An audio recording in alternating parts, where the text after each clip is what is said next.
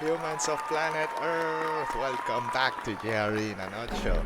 Today we have a pretty cool interview. It's actually a debate, and I am really happy about this because it's not very often anymore that we have debates, especially between two so obvious, let's say, political parties, even though it's not political at all. This is archaeology. Mostly Graham Hancock, we know who he is. Impact Dryas theory, he's been in the podcast 10 million times. And Flint Dibble, he is an archaeologist from academia. He works for universities and has the support of the American Archeology Association. And it's just a guy from the system, let's say, from big archaeology. I just heard that term for the first time.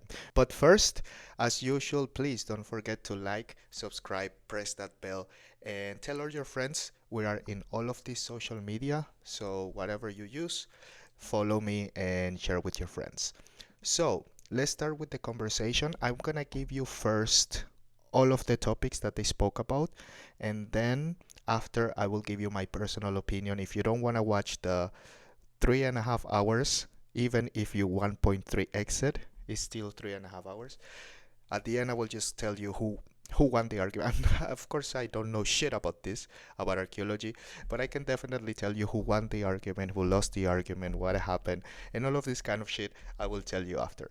But before that, I have to tell you that basically the argument is about Graham Hancock's theory of the younger dryers.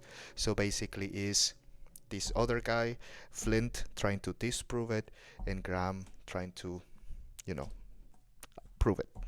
So yeah, that's the younger Dryas. Press and zoom if you want to find out more. So the guy starts talking about archaeology, what is archaeology, and all this stuff, and then Graham Hancock goes and explains about younger Dryas theory, what is that, blah blah blah. In case you don't know, the first 30 minutes of the conversation is basically just intro, so you could check that out. And they move to shipwrecks, and actually something I didn't know, how things that are underwater are get preserved so much that outside, I always thought it was different, that if you leave wood or something underwater it's gonna dissolve or something. Apparently not, it's the opposite. So wood, ceramics, these kind of things, pottery, it stays thousands and thousands of years preserved underwater. Pretty cool. The ice age, of course, and because during the ice age period is this theory, what happens, the whole principle of the Dryas impact is around the ice age. They also speak about a lot, I will say this after in the comment. The guy, Graham Hancock, he tells to Flint in his face all of the fucking demonizing and insulting that he did online. Every time Graham released a paper, he went on to call him Nazi, white supremacist, misogynist, kind of shit that has nothing to do with archaeology. So all of that was out in his face. And yeah, I will tell you how that went. It was pretty surprising. Well, not really, but you kind of expect how these people react. Also, agriculture, the effects on agriculture, and how does that determine if this principle of younger Dryas is true, and in the current knowledge that we have on human evolution. And they finish with Egypt, obviously very important. They also speak about a lot of things that is not here. Mexico, some ruins in Mexico, some Bimini Trail. I know shit about this, so I'm sorry, I'm talking out of my ass.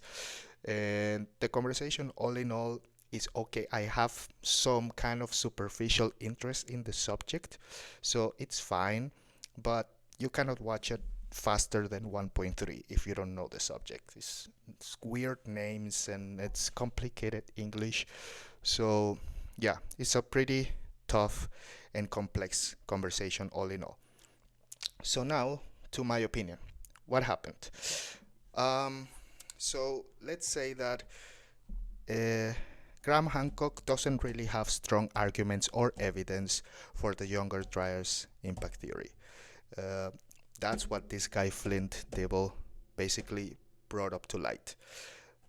Graham's main argument non-stop is the fact that only very little percent of the Amazon, of underwater, of the Sahara Desert, of the planet in general has been excavated for study. So you cannot say that something has not happened if only 1%, 5% has been excavated and researched. There's a lot of options, but so far there's very little evidence to support Hancock's theory. So let's say that when it comes to that, Flint Dibble wins the argument because there's not really a lot of evidence to support what Graham Hancock said. By the way, Joe, you forgot to talk about this cemetery of saber-toothed tigers that your friend has in Alaska. I thought you were going to ask about that. How come do you have so many dead animals in such a little area close to where the comets hit? So I don't know why. I guess he slipped his mind. The problem with this other guy is the fucking problem that everybody in academia, in the left, in big corp, in whatever you want to call it, these motherfuckers, they cannot apologize. So Graham was showing him non-stop how many times he got insulted by him, demonized, called him a Nazi for things that have nothing to do with white supremacist or misogynist, sexist, homophobic, and all this kind of stuff. And the guy refused to even say, listen, I wrote it in a bad moment, I was emotional, I'm sorry, it will not happen again. Nothing. The guy just ignored, move on. Oh yeah, you insult me, I insulted you, but that's because you did this. Always excuses, always bullshit. I don't understand. Please, what is so difficult about apologizing and then moving on?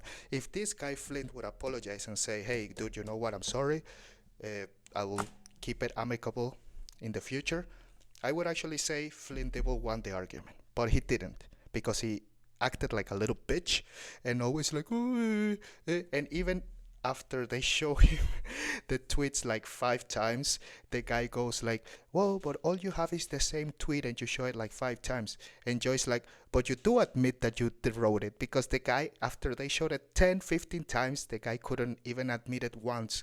I did write that and I'm sorry.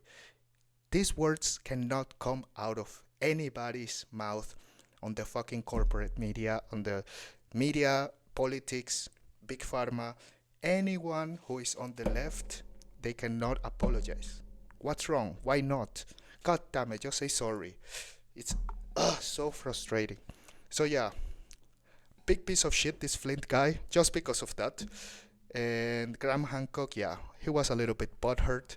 At some point, you can see the emotions, that he got emotional and frustrated. But yeah, I'm sure that it must be hurtful to be demonizing your own field like that for no apparent reason.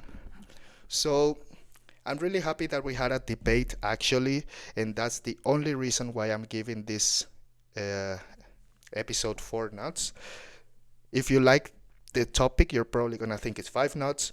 If you don't like it, don't even watch it. It's very long, and I just told you what happened, so basically you can skip it. But I really like it that we had a debate. It's not very often. And Hotes and every other little bitch come to Joe, debate. They can't. They're gonna get destroyed. So after you see this debate, you kind of understand why other people don't do it. They're scared shitless. So yeah, that's it for today. Thank you very much for joining. As usual, wait a minute, let me set this up. Cool. As usual, I remind you, have nothing to do with Joe Rogan or the Joe Rogan experience. And there's no quote of the day today because they just spoke about archaeology. I wanted to put some clips and stuff, but everything is just too long. It's not worth it. So yeah, I will see you next time, guys. Peace.